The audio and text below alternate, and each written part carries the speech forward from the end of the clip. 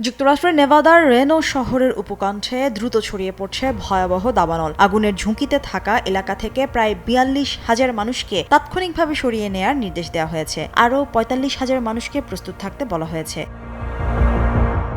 শনিবার সকালে আগুনের সূত্রপাত হলেও প্রবল বাতাস ও অনিশ্চিত আবহাওয়ায় দ্রুত বাড়তে থাকে এর ভয়াবহতা। রোববার সন্ধ্যা পর্যন্ত প্রায় ১০,৫০০ একর এলাকা পুড়ে গেছে। এখনও আগুন নিয়ন্ত্রণে আনা সম্ভব হয়নি। পরিস্থিতি সামাল দিতে ওয়াশো কাউন্টিতে জরুরি অবস্থা ঘোষণা করেছেন নেভাদার গভর্নর জো লাম্বার্ডো। আগুন নিয়ন্ত্রণ এবং আইন শৃঙ্খলা রক্ষায় ন্যাশনাল গার্ড মোতায়েনের নির্দেশও দেওয়া হয়েছে। স্থানীয় কর্মকর্তারা জানিয়েছেন, আগুনটি মানবসৃষ্ট। প্রায় ১৩,৭০০টি বাড়ি রয়েছে সরিয়ে নেয়ার নির্দেশ দেয়া এলাকার মধ্যে। পদ্মা সেতু, মেট্রো রেল এবং এলিভেটেড এক্সপ্রেসওয়ে নির্মাণের গর্বিত অংশীদার বসুন্ধরা সিমেন্ট। বাস্তুচ্যুত বাসিন্দাদের জন্য খোলা হয়েছে ২টি আশ্রয় কেন্দ্র।